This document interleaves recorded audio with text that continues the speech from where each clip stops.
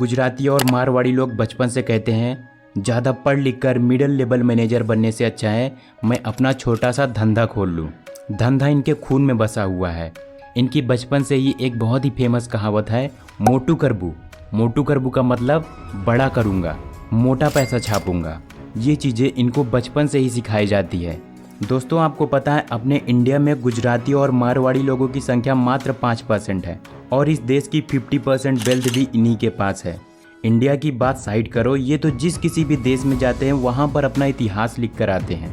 अब अमेरिका में ही देख लो, गुजराती की एक छोटी सी कम्युनिटी है पटेल।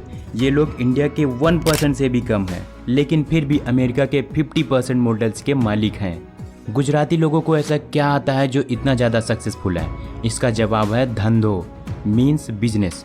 लोगों से जब बिजनेस नहीं होता तो नौकरी करते हैं और गुजराती इसका जस्ट उल्टा करते हैं। उनसे जब नौकरी नहीं होती तब वह बिजनेस करते हैं। दोस्तों, समय से थोड़ा सा पीछे जाकर के 1972 में देखें तो पटेल बिरादरी के लोग ईस्ट अफ्रीका के एक देश युगांडा में व्यवसाय किया करते थे। धीरे धीरे पटेल्स बड़े व्यापारी बनते हुए चले गए। यह सब देख करके युगांडा के डिक्टेटर सोच में पड़ गए, ये तो हमारे देश का पैसा लेकर के बाहर जा रहे हैं। अब डिक्टेटर ने सारे पटेल्स को बिजनेस करने से मना कर दिया और वहाँ से बाहर कर दिए। कुछ इंडियंस तो इंडिया वापस चले आए। अब वहीं पर कुछ लोग अमेरिका में जा कर के बिजनेस करने की प्लानिंग करने लगे। अमेरिका में जैसे ही पटेल्स आकर देखते हैं तो वहाँ पर दो देशों के बीच में मतभेद चल रहा था, जिसके कारण से ऑयल का प्राइस रेट बहुत ही ऊपर बढ़ गया था। फिर लोग ट्रैवल करना भी बहुत कम कर दिए थे, जिसके वजह से हाईवे पर उपस्थित मोटर्स बिजनेस पर बहुत बुरा इम्पैक्ट पड़ा। ये बिजनेस लॉस में जाने लगा। तभी मोटर्स के बिजनेस को बैंक ने कब्जा कर लिया। अगर आपको मोटर्स नहीं पता है कि मोटर्स किसे कहते हैं तो मोटर्स उन्हें कहते हैं जो हाईवे के किनारे होटल बसे होते हैं। अब अच्छी बात यही थी, जो लोग मोटर्स बिजनेस को खरीदते थे उन्हें 90% तक बैंक लोन दे रही थी। तो पटेल ने देखा कि मेरे पास तो अभी कुछ पैसे हैं नहीं, लेकिन जब युगांडा से वो वापस आ रहे थे तो उन्होंने बहुत चालाकी के साथ पैसों को सोने में कन्वर्ट करके ले आए थे। अब वही चीज़ उन्हें यहाँ पर काम देने लगी। 10% पैसा दे करके 90% में बिजनेस ले लिया। अब पटेल्स तो इतने चालू थे कि उन्हें पता था कि फ्यूचर में मोटर्स बिजनेस बहुत तेज़ी से बढ़ेंगे, जिसकी वजह से 10% पैसा दे करके 90% सहित मोटर्स को ले लिया। एक मोटर्स के अंदर 20 से 25 रूम होते हैं, उनमें से 2 से 3 रूम पर पटेल्स रहने लगे। बाकी सभी उपस्थित रूम पर वह बिजनेस करने लगे। अब उपस्थित सारे वर्कर्स को पटेल्स ने बाहर कर दिया।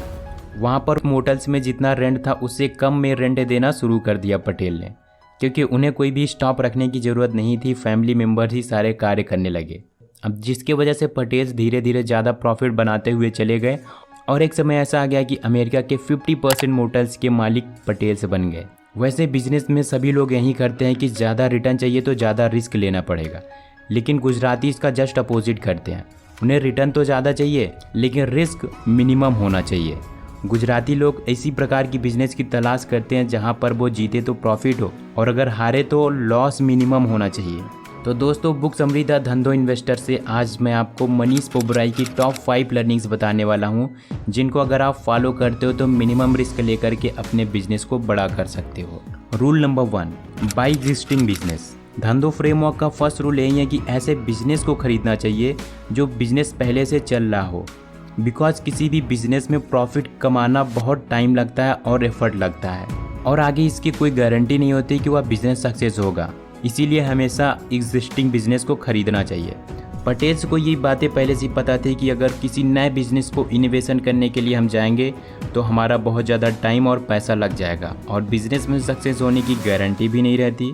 पॉइंट ये है, आपको ऐसे कंपनी में इन्वेस्टमेंट करना चाहिए जो कंपनी सालों से प्रॉफिट बनाते हुए चली आ रही है, वहीं आपको ज़्यादा से ज़्यादा पैसा कमा करके देगी।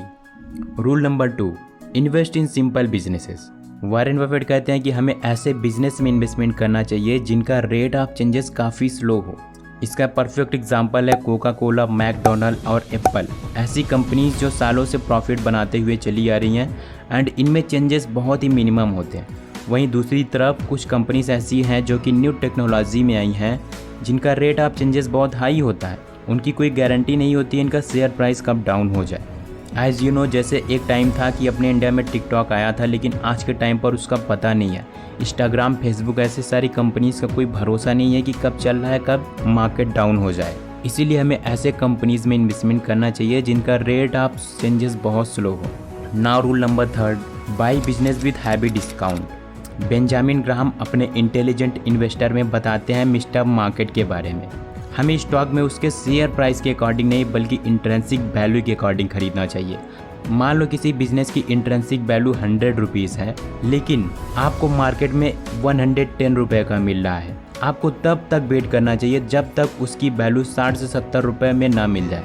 आपको उसकी इंट्रेंसिक वैल्यू से कम में खरीदना है ताकि प्राइस बढ़े तो उसका आपको ज़्यादा से ज़्यादा प्रॉफिट हो। नाउ रूल नंबर 4, धंधो आर्बिट्रेज।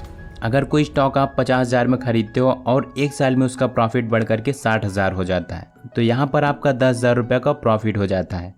इसी तरीके से दिल्ली में आप कोई भी 5,000 रुपये का स्टॉक खरीदते हो और उसे ले जा करके किसी दूसरे लोकेशन पर 8,000 रुपये में सेल कर देते हो। यहाँ पर आपको 3,000 का प्रॉफिट हुआ, जिसे हम लोग आर्बिट्रेज कहते हैं। मीन्स आप टाइम और प्लेस का यूज़ करके अर्न कर सकते हैं। इसी तरह आपको आर्बिट्रेज का यूज़ करना चाहिए। Now rule number 5, by business with mode. अगर आप अपने बिजनेस में पैसा लगा रहे हो तो आपको अपने कंपटीटर को जानना बहुत ज़्यादा इम्पॉर्टेंट है, जिसे ऑथर ने मोड का नाम दिया है। एग्जाम्पल, मैकडोनल्ड बहुत ही फेमस है बर्गर के नाम से, और बर्गर का नाम आता है तो हमें मैकडोनल्ड याद आता है, और मैकडोनल्ड आता है तो जस्ट अपोजिट बर्गर याद आता है। इट मीन्स इन्होंने अपनी मार्केट में ब्रांडिंग बहुत ही स्ट्रॉन्ग करके रखी है। अब ये ज़रूरी तो नहीं है कि सबसे बेस्ट बर्गर मैकडोनल्ड में ही मिलता है, लेकिन इनकी ब्रांडिंग इतना अच्छी है कि लोग मैकडोनल्ड को ही बर्गर के नाम से जानते हैं, और इसी मॉडल को ऑथर मोड कहते हैं। तो दोस्तों, ये थी आज की बुक समरी द धंधो इन्वेस्टर, जिनका यूज़ करके गुजराती और मारवाड़ी अपने बिजनेस में ग्रोथ करते हैं। सो दोस्तों, आई होप कि आपको ये वीडियो ज़रूर पसंद आई होगी। वीडियो पसंद आई तो एक लाइक कर देना, इस चैनल पर नए हो तो चैनल को सब्सक्राइब कर देना। हम मिलते हैं जल्दी आपको किसी अगले वीडियो में, तब तक के लिए thanks for watching this video.